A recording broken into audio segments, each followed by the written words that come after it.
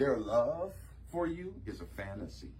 Their compassion towards you is laced with a hidden agenda, a fantasy. See, what they do, narcissists do, is they do a whole lot in the beginning.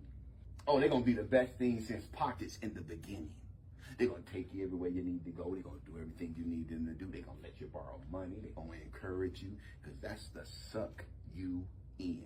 And you will spend 6 to 8 years trying to recapture 6 months. Because every time you think about leaving, you think about that first 6 months and how good they were and how good it was. And it's going to be like that again. But it ain't going to never be like that again because that really wasn't them. That was the hook. That was the dream they sold you. That was the fantasy. That's like when you try your first drug. It's the best high, that first high.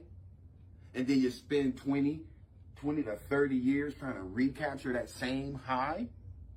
And 20 to 30 years later, you don't look the same because drugs have ravished you. You don't feel the same. You've lost everything trying to chase a feeling. This is a twofold fantasy.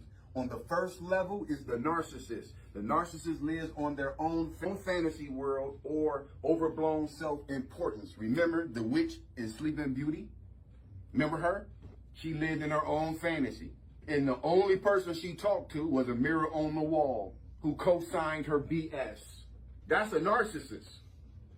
They live in their own world. And the only people they're going to allow in their circle is people who co-sign their BS. If you don't co-sign the BS, they don't have no use for you. Mirror, mirror on the wall, who's the fairest of them all? She always expected that mirror to say you. When you don't co-sign their BS, they have no use for you.